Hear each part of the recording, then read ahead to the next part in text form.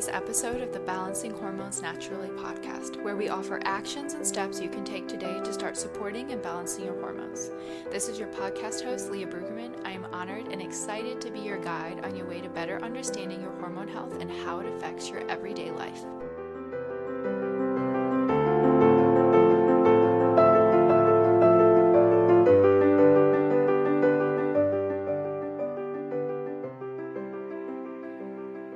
Hey ladies, so I brought on a very special guest. This is Mary Oliveras, and I met her last year. Oh my gosh, it's really been that long in a mastermind.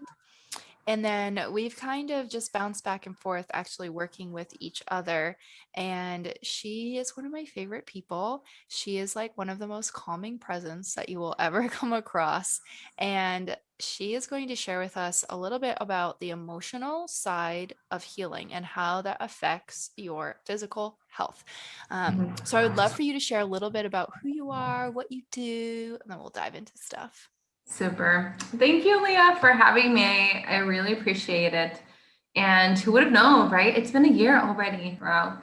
So for those of you who don't know me or have never heard of me, my name is Mary Oliveras. I'm an entrepreneur. I call myself a spiritual and mindset coach, even though I always talk about labels and I'm like, I can have another label at some point, but that's now.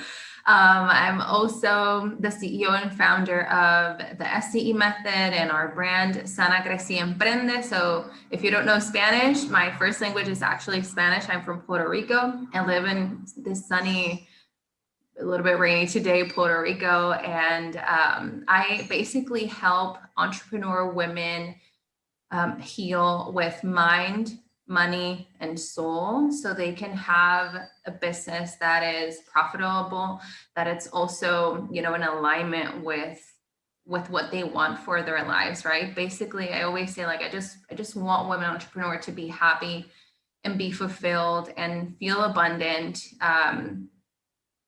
no matter what is, whatever they're going through in their lives, or even financially, which I find that takes us to have like a lot of really good and healthy emotional intelligence, right? To use that word. So before I did what I do now, just so you get a little bit of the background, you understand why I do this and why I talk about this and why I teach on this. I have a bachelor's in social work, and I was a social worker for almost 5 years here in Puerto Rico. So the skill set in terms of, helping people with mental health and emotional health, working through trauma, abuse, etc. I work in that field for, as I said, like almost 5 years. And once I got pregnant, I was like, I don't want this lifestyle that a social worker has because of the demand and the work. And, I worked for a government agency, so it was very draining, to be honest. I burnt out a lot. And the thing that made me become an entrepreneur was when I was 7 months pregnant with my baby girl, who was turning 4 this year. And I worked almost 40 hours in 2 days with 7 months pregnant. My belly was like super tight. I was like, I think I'm going to have this baby now. And that was like the turning point. Like, if I had any doubts before that, maybe this entrepreneur thing is not for me, maybe I should keep being with this secure job or whatever. That was the day that I was like, nope, I'm definitely not for this. I want to spend time with her. I want to be able to have a business and to spend time with her as well.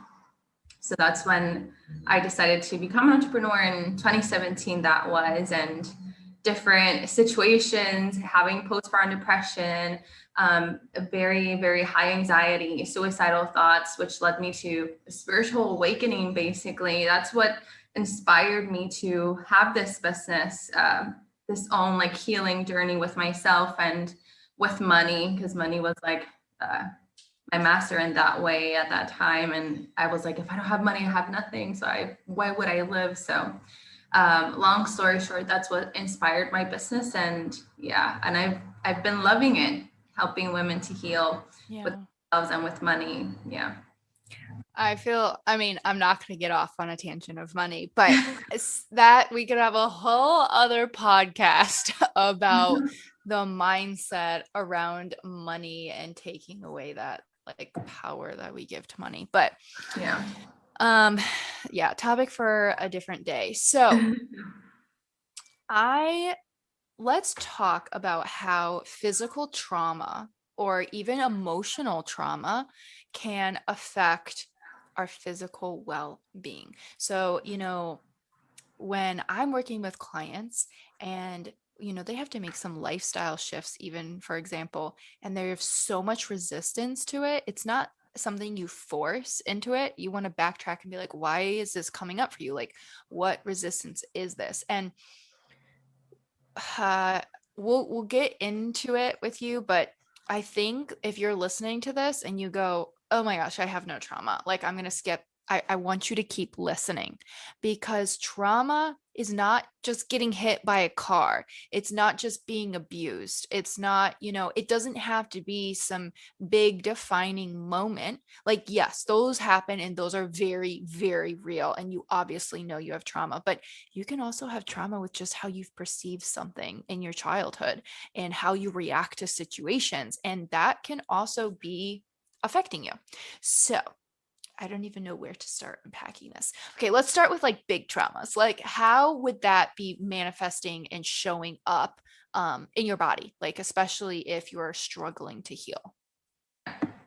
Okay, so I think that first and foremost, it's super important for, like, as you said, to define what trauma is, because usually how trauma is defined by our society is, as you mentioned, like you have a car accident, or you, like, trigger warning, by the way, if you've been through any of these, if they can trigger you if you're sensitive to these topics, but if you went through sexual abuse or molestation or physical abuse, like, these, society considers this like big traumas. And when we talk about little traumas, they consider it like, like maybe once or twice your parent yelled at you when you were 5 and you cried and no one gave you a hug, and that caused, like an emotional trauma within you, etc. Right? So society defines it like that. How I've learned it and how I see it is that trauma is trauma. Like, the effect, how do I say this? The action that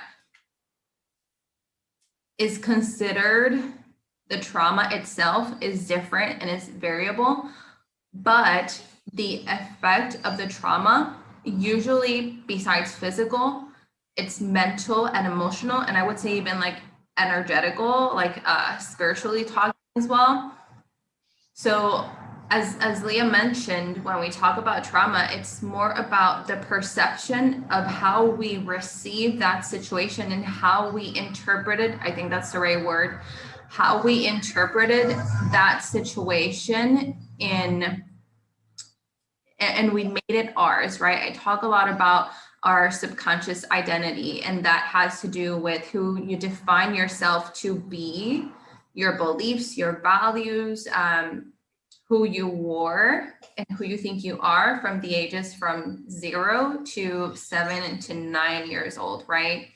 So when we talk about how this is reflected in your physical body, and I love this topic so much.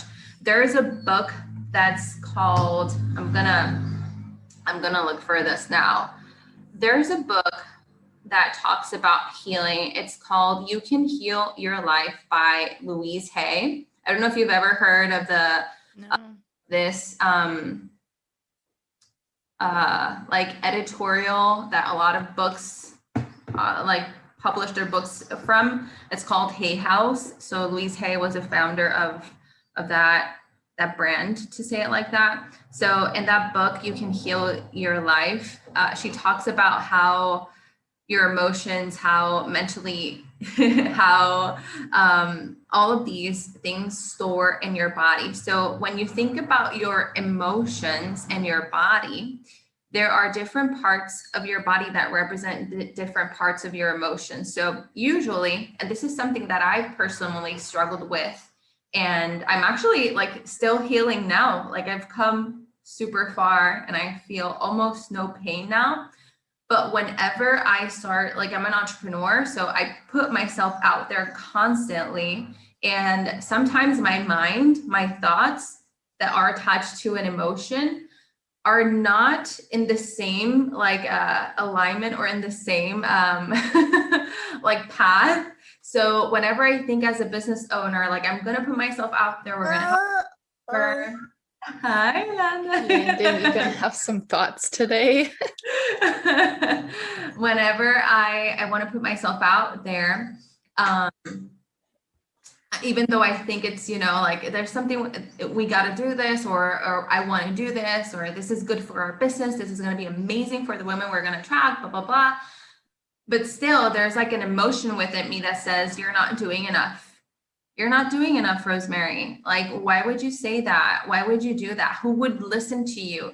People are going to judge you if you say that you believe in this, if you stand for this, like be more fluffy or general, or don't talk about a specific example. So usually when I did this like a few years ago, I never noticed that in my left shoulder, I started to feel like pain. And it was like last year and even starting this year, the pain was so much only in these instances because I was not observing myself when I started to do so and see the link that had the action with the emotion that I was feeling and how it physically, you know, revealed in my body. I started to realize that every time that I wanted to put myself out there, I had so much pain on my left shoulder. I could barely move my left arm. Like it was like, just in that moment when I was doing something, it just felt so uncomfortable. And then I just finished and the pain would go away. So I thought it was like a muscle spasm or something because emotions get trapped in our muscle. That's what it's called, like psychosomatic. Like your pain, your body absorbs whatever emotion you are, you know, feeling in a consistent basis, right? So for most of us, including myself, and just to give you like a more specific example, when I was little, as I said, I'm from Puerto Rico, so I don't know in other countries or other, you know, cultures how it is, but when I was raised as a kid, I was always, as the girl, as the older sister, I was always expected to take care of my little brother. I was always expected to behave, to, you know, to not say anything bad to my grandmother or to my parents. I was, you know, I was the kid who their parents bragged about because I was so well behaved. I had a lot of A's in school. I was always a teacher's pet. I was always the one who the teacher left in the room when she went out, etc. Right? And maybe you have been the same. You're like, yeah, like that resonates with me, right? But let me ask you, like, did you feel pressure when you were a kid to be almost like an adult? I always felt pressure to be, how do you say this, to please my parents and teachers and the people that raised me, because I felt that if I didn't you know, behaved well or dressed a certain way, or, you know, my mom used to say to me when I was a teenager that I always sat down as like a boy. She was like, sit like a girl, because you're always, in Spanish we say, in Puerto Rico we say patarra, like you're always like with your with your legs wide open, and like, you know, we use like a, how do you say this, oh, there's a car here passing my way. That's fine. We have like so many sound effects coming on here. Yeah, Puerto Rico's noisy, so I always say that. But for example, like she always said to me, I know she didn't say it with a bad intention, but she was like always like, sit like a girl, because you're, you know, you're not a boy, like you don't have anything between your legs, so you don't have to have your legs spread or something like that. And every single time that my mom said that, it was like something shattered within me. Like, I'm not good enough. I need to sit better next time. I need to have better posture. That's how I interpreted as a kid who is, you know, who their parents are everything to them. So as an adult, you keep carrying these emotions. And for me, it was the emotions of never feeling like I was enough, feeling guilty, like if I wanted to be or do something different, like feeling guilty of, oh my God, I'm going to make my parents feel bad, or I'm going to disappoint them, or they're not going to be proud of me, that I carried a lot of guilt. And usually when you look at these signs in your body, guilt and shame and not feeling enough is allocated in your shoulders. And if you didn't know this, like when we talk about the brain, so the left side of the brain is your analytical brain, and your right brain is your subconscious brain, which is the more creative. And in your brain, what happens within your body, it's like as if they cross over, and your right side of the body is your masculine side, what represents the masculine, like I was gonna say patriarchy, but it's like your masculine side. Yeah, like the Yeah, I get what Landon's joining in, like the go, go, go, like muscle through it type of energy. exactly. Yeah, exactly. Yeah. And your left side of your body is your feminine. So it symbolizes your feminine. This is the same for everyone. Like you can be a boy or a girl, and your left side is going to be your feminine, and your right side is going to be your masculine. So as well, when you are taking too much action, because maybe you're thinking you're not doing enough, you can feel some type of pain in your right side of your body. It depends on the part of your body, like what emotion you should work through. And as well, if you haven't healed something with a manly figure in your life. So maybe your mom was the mom and the dad, right? And you have issues with her, you need to heal with her, you're going to feel it in your body. In your right side, maybe a father figure, maybe an uncle, maybe a past boyfriend, you're going to feel it on your right side. And again, if you have like issues with your mom, or with a sister, with an aunt, with a friend, with any other type of any person who symbolizes like a feminine energy in your life, in the now or in the past, you're going to feel that emotional charge on the left side of the body. Yeah. I feel Yeah. And no, that makes sense. Even like your organs store different things too, like your liver is anger. And I've heard about this, and I've seen where women have like they're doing all the right things. They're doing all the physical. They're doing all of like the food, the nutrition, the supplements, all of that. And they're still not getting better until they went to therapy and they addressed the anger that they were just holding on to from whatever had happened in their life.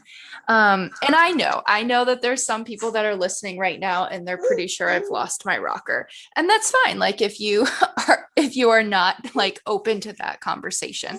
But I think for those of you who know that something is going on with that, having this aspect to your healing journey is so important, because you know that something else is going on. And even I even see this too with I'm trying to think of exactly, it's okay, bud, of who I was talking to about this, but like if you have trauma from somebody, or you have like a trigger, for lack of a better word, from somebody in your past, sometimes even if you are getting like health advice or anything that kind of reminds you of that person, like you shy away from, you turn away, and you're like, no, no, no, no, no, no, no, even if it's just subconscious, because you're connecting those dots subconsciously, and you're like, this isn't safe for me.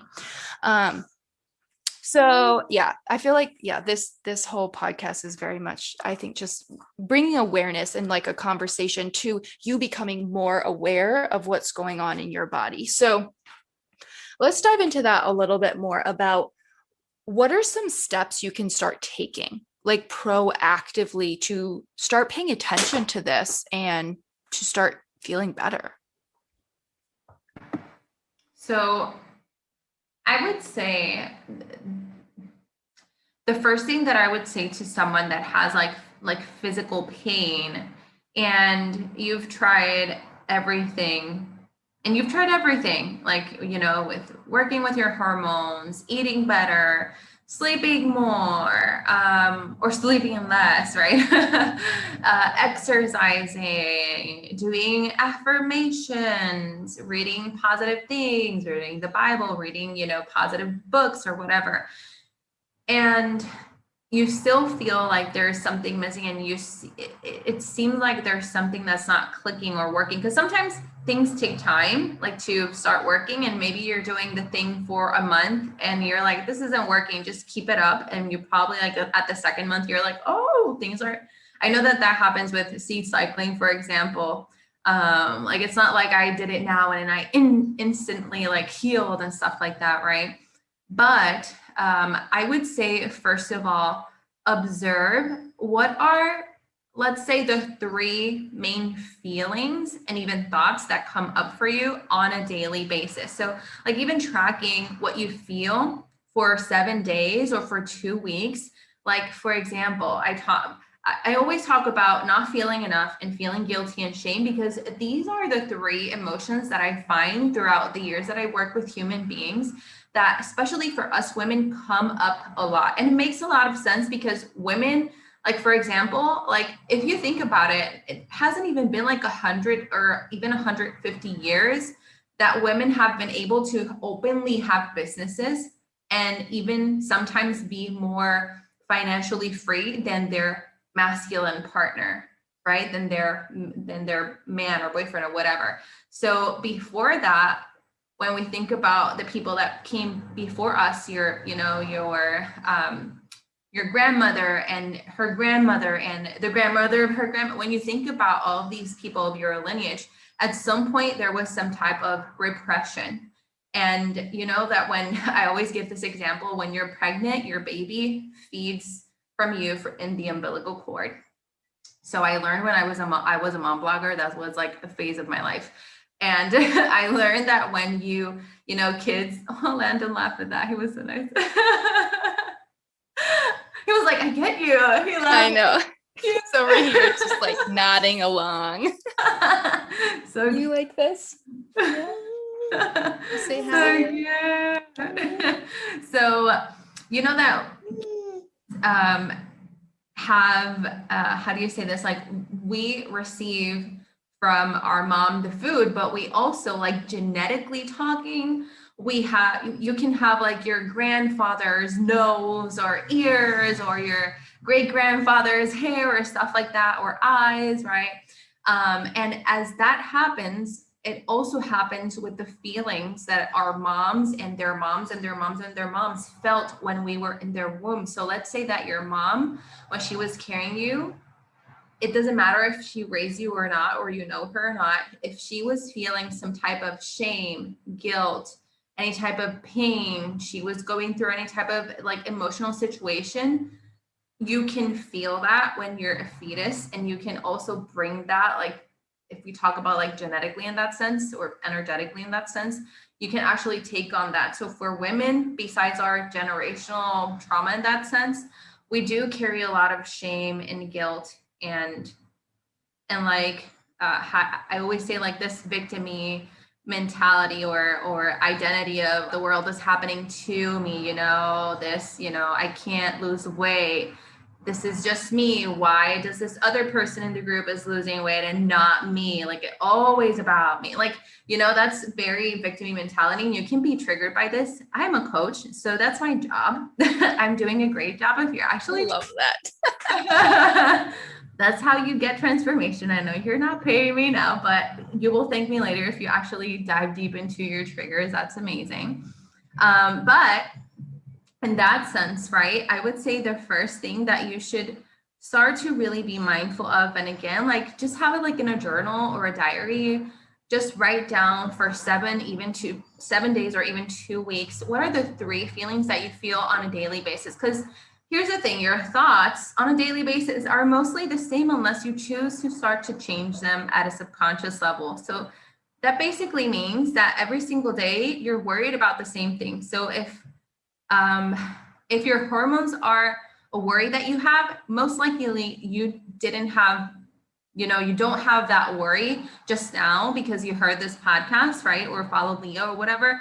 You probably have this worry for a while now, right? And when you have that worry for a while, that means that there's this pattern, this habit of having that thought and repeat. But if that thought makes you feel, shame or guilt or less than, then that's an emotion that will come for you every single day. So I would say number one, track your emotions. Number two, when you feel them, let yourself feel them. Like when you observe them, for example, after you listen to this, let's say that you felt the emotion and you're like, oh my God, I feel less than other people. I go into social media, see all these people, having the perfect life. And I feel like, oh, stupid person, or, or like, I want to have that life, or that is not real. And you start to criticize the person. Observe yourself in that moment without judging yourself, without saying, oh my God, I shouldn't be thinking about this. Think it, feel it. Like, I feel envy. I feel this pain. I feel guilt. How does that make you feel? And observe your body. Where do you feel it in your body? Is it on your shoulder? Is it in your knee? Is it on your feet? Is it on your gut area? I used to have chronic, how do you say this word in English? Constipation. I used to have chronic. Yeah, that's it. Yeah. A few years ago, my first business was a vegan food delivery business, and I was vegetarian and vegan for like almost 3 years. I don't eat that way anymore. Mostly I do, but not like to the T. But I used to, the reason why I transitioned is because I used to have very, very chronic constipation. And when I say chronic, it's like a week could go by and I just didn't poop like at all. I didn't even, I look pregnant. Oh, that's horrible. That was horrible. Yeah. I also had a lot of like high stress levels because, worker and with other people's problems and taking them home. A lot of the reason why I mentioned constipation is because if you've ever been through like constipation, the gut area allocates a lot of guilt, a lot of stress, a lot of control of, not letting go. You're going to your job or do your business, and then you're home and you start fighting to your partner or to your spouse or to the kids, and you're like, this needs to get done. The groceries go here. Maybe your hubby or your partner is trying, to put the things in the place that they think they could put it because you always do it, right? And then all of a sudden you're like pissed off, like, this doesn't go there. No one helps me in this house. Blah, blah. Right? Like that's again, yeah. So anger is also allocated there as well. And, so I would say that's number two. Like whenever you feel the feeling, see where in your body you feel it. And I would say third of all, oh wait, there's something passing by. Okay, we're just winning with the audio here today. Mr. Landon's like nodding and agreeing with you, but he keeps trying to whack the microphone.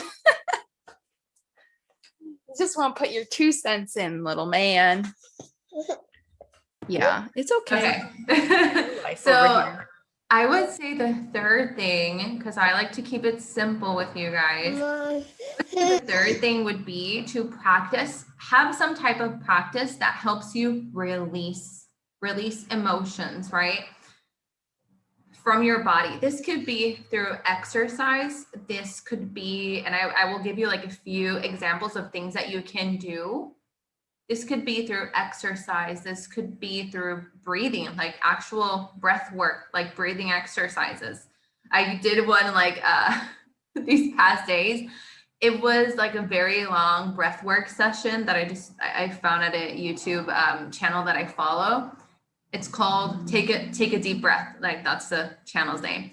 And they had like this session of 4 rounds, and I thought I was gonna faint. So if you're pregnant, I don't suggest this because you breathe so deeply. It's like how am I breathing and how am I feeling like I'm just like gonna faint all of a sudden? And that just tells you that we don't know how to breathe well. Oh my God. But breath work that helps you a lot and helps you lower your stress levels.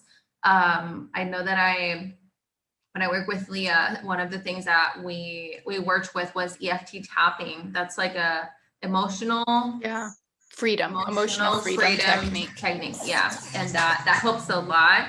Another thing that I would say to work on, or within the tools that I recommend, is also doing some type of how do you say this, relaxation, self-care type of thing, right? So just people usually, like, I usually talk about meditation and hypnosis, because your emotions are not going to go away just because you think about them more, or because you're doing something to take them away.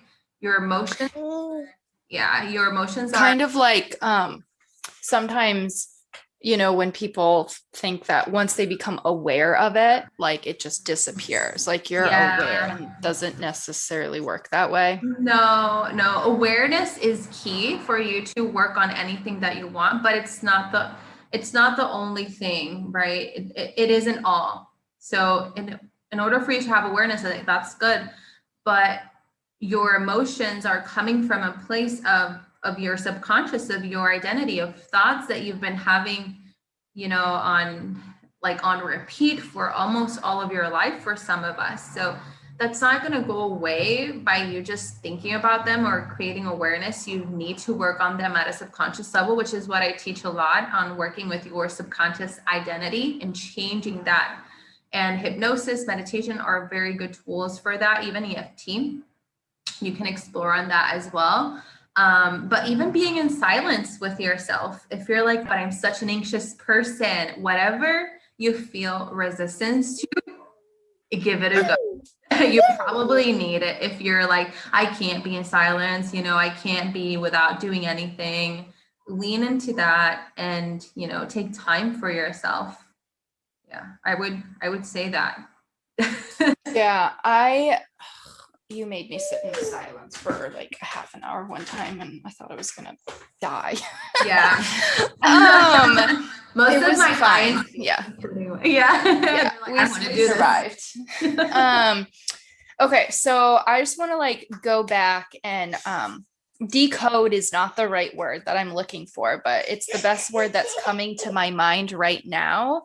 But we just threw around a bunch of words where I can see some people listening are just going to go, what? Like we're heading into like woo woo land, Leah. Like that's not, you always talk about nutrition and steps that you can take. And now we're heading into woo woo land. And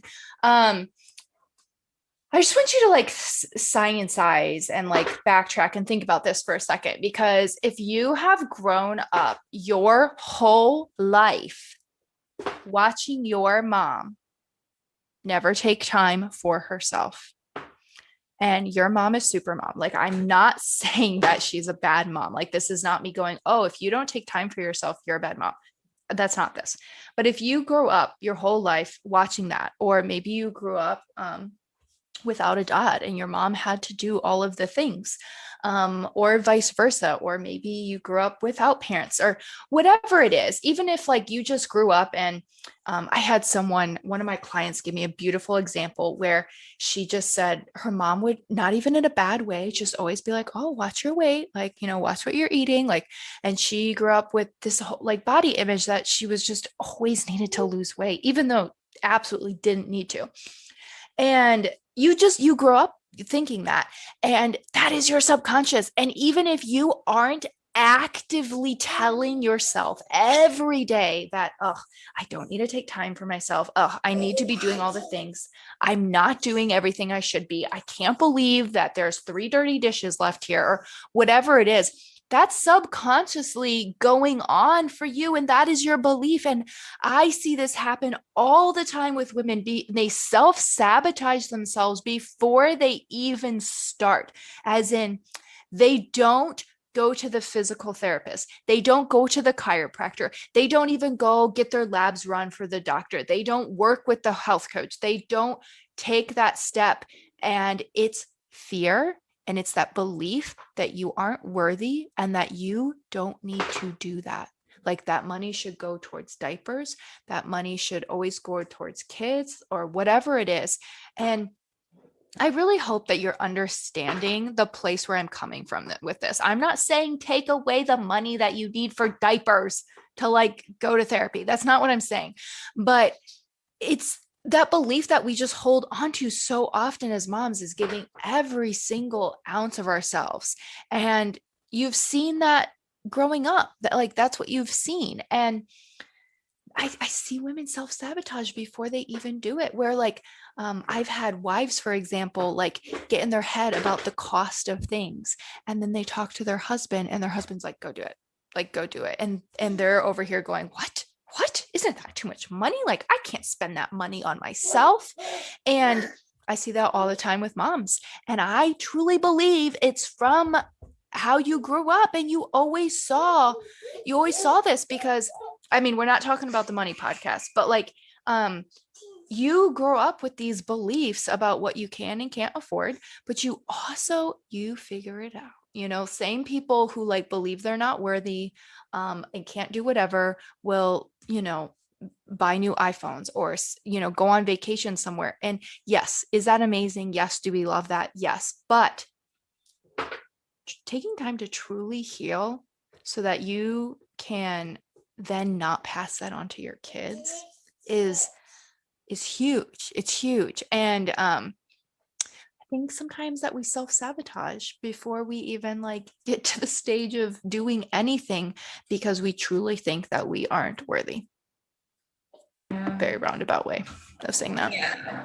And I know that I think it was, yeah, like this year that I talked with one of your HRP groups.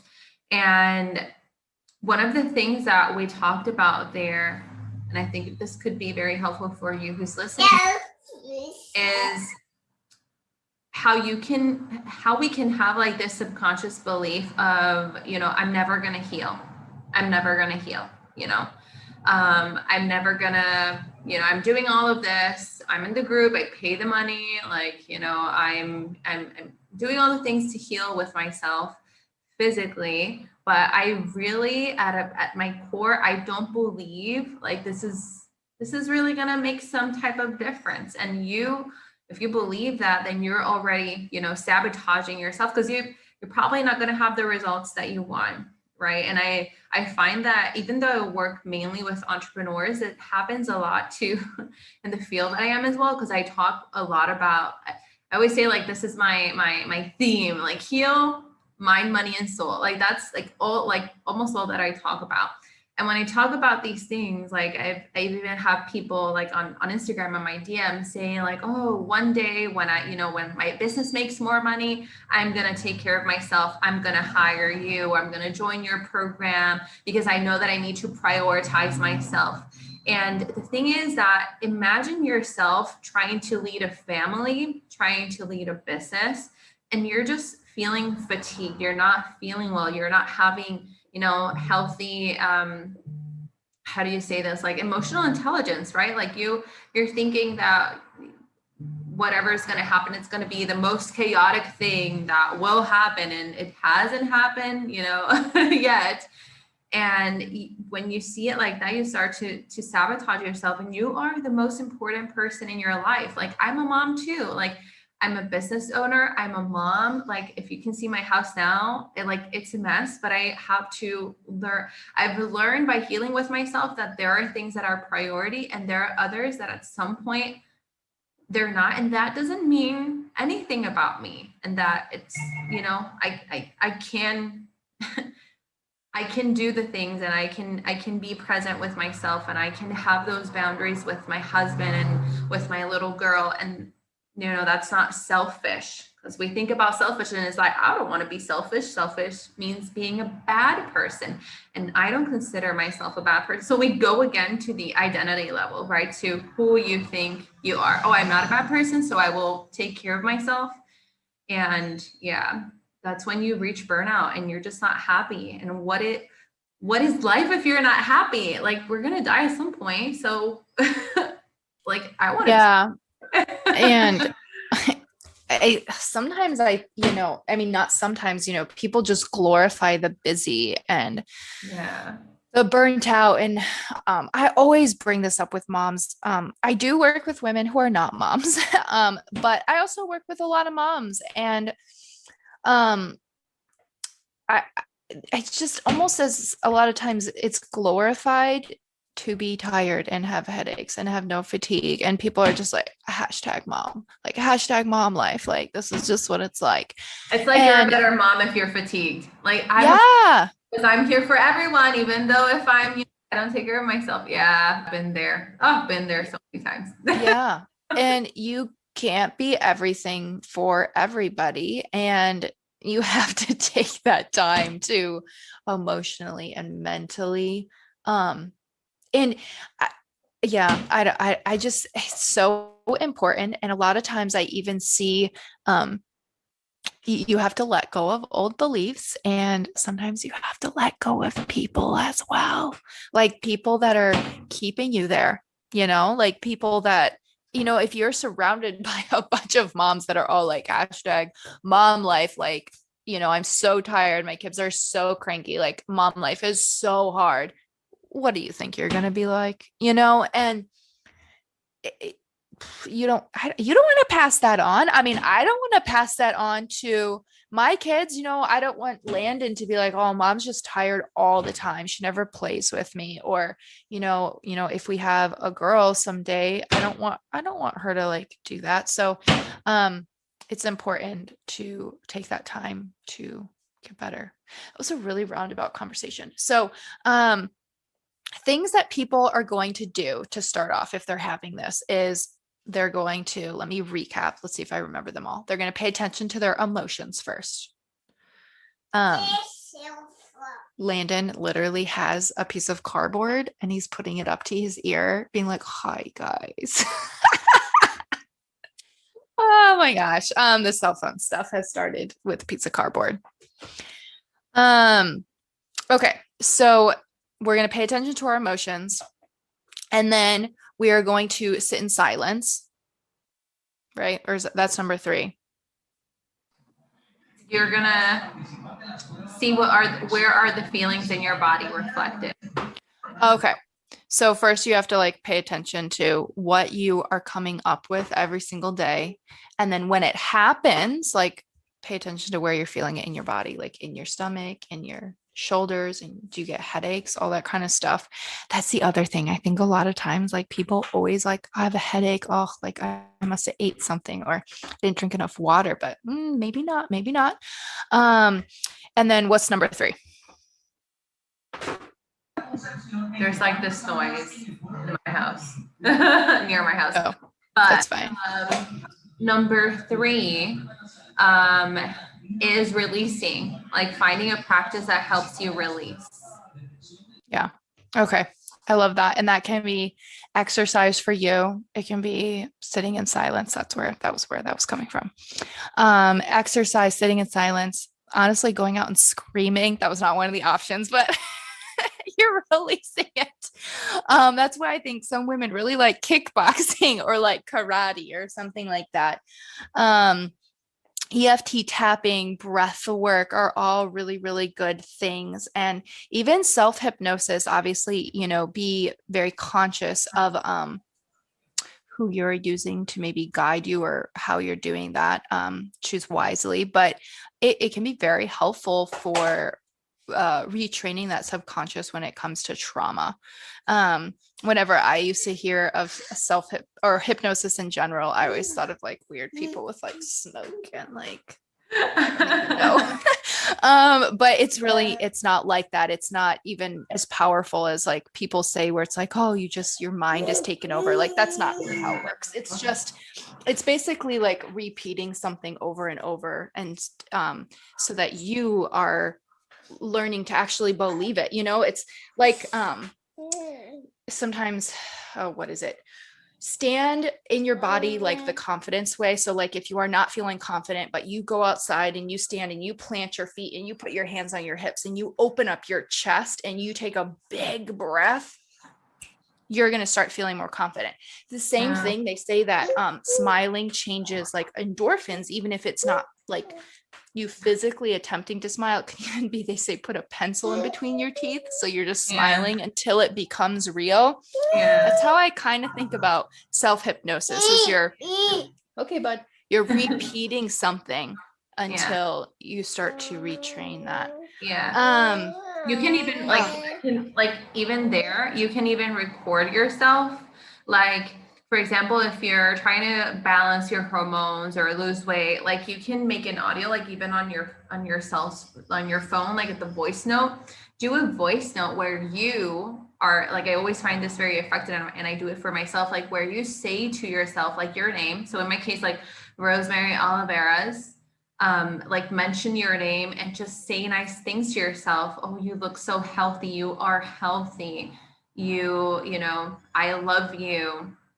I accept yourself. And you put that and repeat, like you go to sleep at night, put on your headphones, put that voice note that you did for yourself, go to sleep, and you do that for at least 30 days or like as long as you want.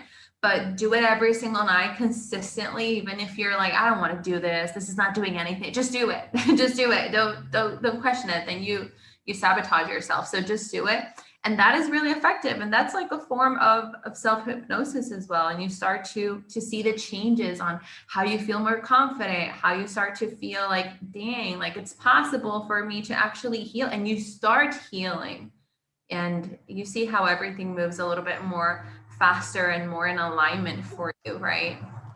yeah. That reminded me of something when I always have clients before they start a program, they always fill out a symptom chart. And one of my past clients put in symptoms low confidence. And I was like, that really has nothing to do with your hormones. Like that's what I was like mentally kind of like as I'm looking at all the symptoms.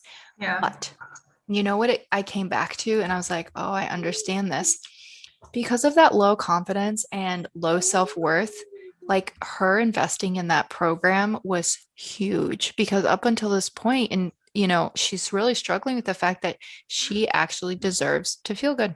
Like she actually deserves to feel comfortable in her body and Yeah. to not feel like her hormones are controlling her life. And so that low confidence, even though it's not being caused by hormones, it's driving like the fact that she's still dealing with hormonal imbalances. Um, and I can never ever separate the emotional part from hormones No. ever again because um especially after working with you, it's just crazy how much that how it affects everything. And even just like you said, the things like to say to yourself, and I bet you as soon as you said that, I can bet you so many eyes rolled and people were like, I'm not going to tell myself I love you. Like, what? And that little voice is like, I don't need to do this. I'm just fine. My life is just fine, blah, blah, blah. But Yeah. can you imagine, like you said, if you did do that for 30 days and you had that confidence, then you were just showing up um happy and confident, like, whoa, what kind of Yeah. difference would that make? Yeah, that would open up possibilities. Like you said that, I reminded me that when I started to coach people in 2019, like the first I did like a free challenge for 30 days in another community that I had at that time. And I did it because for 30 days, I decided to do one different thing every day. Like, even if it was like brushing my teeth with a different hand than I usually did, one thing, one different thing every single day that took me out of my comfort zone, that felt like, this is different, just to really recondition and rewire my mind into and do whatever I put my mind into. And the effects in my life were so drastic. Like, even how I didn't expect that to change the way that I felt, but I just felt more happier and more like I can actually do everything. I just felt so good and like high in life, that I did like a 30-day free challenge at that time. And I had like 20 women. It was like a WhatsApp chat. That was all we had. And all of them who did it for the 30 days, I even had a family member did it. And I was like, you're going to be here. It was so awkward a little bit, but she was there. And even the person who she's married with, who is in my family, even he said, like, what did you do? Like, what did you do? She changed so much just by doing literally like just one different thing every single day. As I mentioned, one day, if you are always with your hair down, like do a ponytail that day. That's it. You don't have to do anything else that day. And that shifted so much. Ugh, now I need to do that. I need to stop wearing my hair in a bun. I'm just kidding. Um, yeah, I remember that exercise, even just being conscious, like while you're washing the dishes, like being very present and Yeah. present in the moment. And I've not conquered this. Oh my goodness. Don't even think, guys, that I've conquered this. Every day is a struggle. And I'll even find myself as I'm trying to be super present in the moment, just realize that I'm off in Wonderland. Yeah, that still happens to me. So it's okay. Yeah.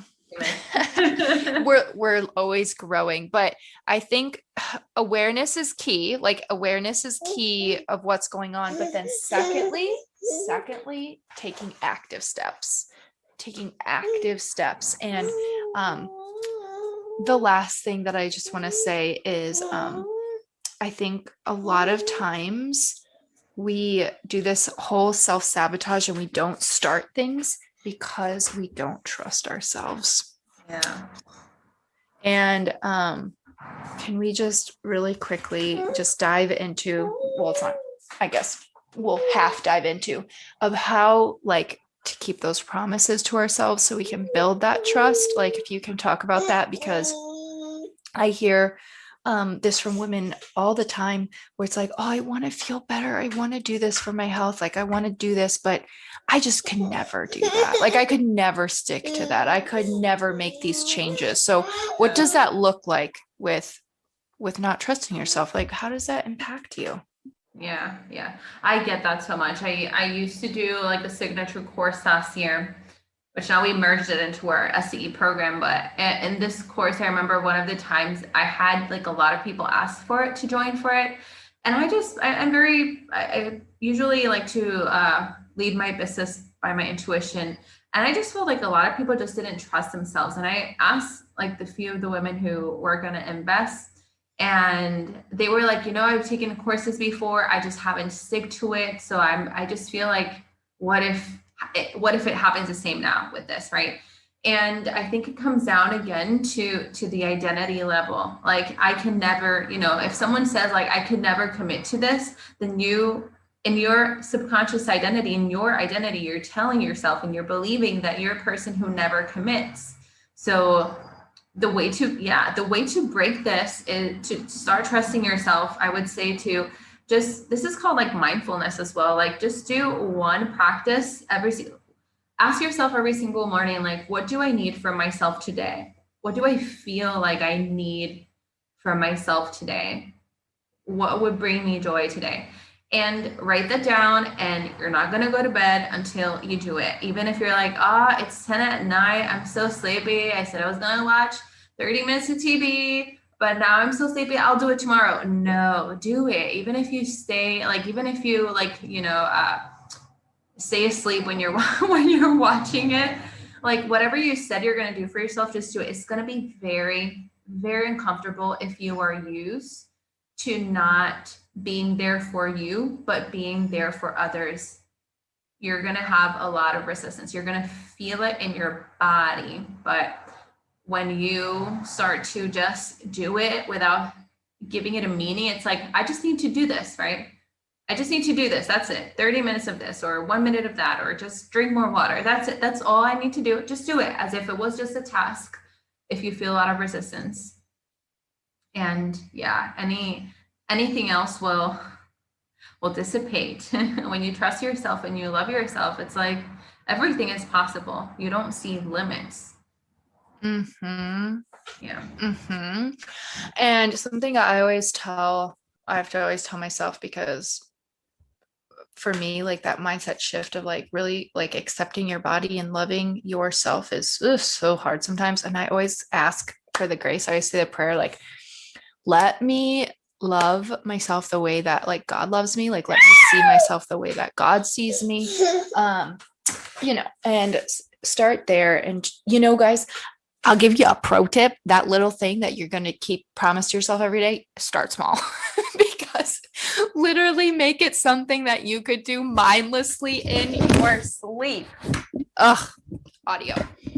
Make it something you can do mindlessly in your sleep because trust me, the first like 3 weeks, even I struggled to remember to do that. And it was just, it would, I would push it off, the beginning of the day, I'd push it off, would get busy, and then I would be going to bed and I would be in bed and I would go, oh, you didn't do that. And like every ounce of me was like, that's fine, you'll do it tomorrow, go to sleep. um and I can tell you, like, massive changes in me, even like my husband noticed. And with me just doing that, I told you, like when I was working with you, he's like, your just whole vibe is just different. He's like, you're very calm, which is like one of my big things I always want is to be calm.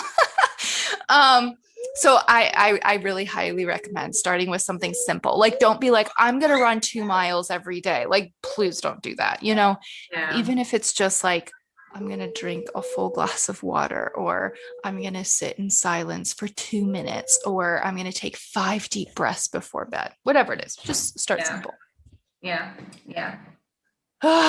I love it. Okay, so lastly, like, what is anything else of wisdom that you would love to share with these women? I think the last thing I would say is that whichever of these you choose to practice from today on out, these are like the three pillars that I have for our business. Okay, now, like I live in Puerto Rico, there's reggaeton every freaking where, music everywhere. But the three pillars that I work by are consistency, strategy, and intentionality. So very important for you that whatever you do, be consistent with it. And when I say consistent, it doesn't matter what time you do it during the day.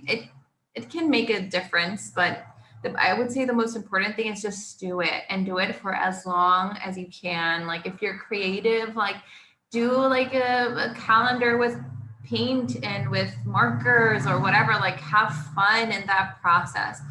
And strategy, I would say just like stick to one thing and do that one thing like for a period of time.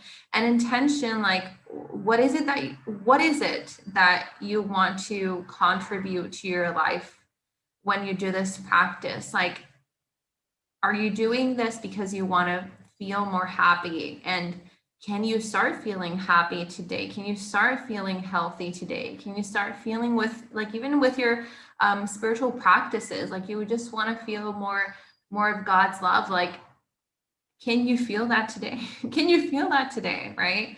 So that's like my three like words of wisdom. Like be consistent with it, stick with it for like more than 30 days, I would even say, and just make it part of your life, and always know that you are right where you have to be. Like you're always where you have to be. You don't have to rush things or feel like you're left out. Like trust that. Like I think I'm going to be tardy for this. What if I'm literally in the right time, in the right moment, in the right place? Always, right? So yeah, just trust It's that. gonna it's gonna work out this way, or it's gonna be better. I tell Yeah. myself that all the time, especially when like I'm running late for something and then I drop my smoothie all over the car door and I am gonna now be really late for something. I'm like, you know what? Maybe this is saving me from getting in a car accident. Yeah. Always have to remember that. Oh, I love it. So where can all of the people find you? So you can find me mostly on Instagram. That's like in all the platforms that I have, I am very Spanglish because my first language is Spanish. So that's like our niche to say it like that. But on Instagram, I mostly do everything in English. So even if you're a English speaking gal, you're still going to have a lot of value from my content on Instagram. Yeah, you can find me there as at I am Rosemary Oliveras. If by any chance you are bilingual or know a little bit of Spanish, you can find me on my podcast and on YouTube as Sana Crece y Emprende. We actually have an interview there with Leah in like translating into Spanish. Is super, super fun.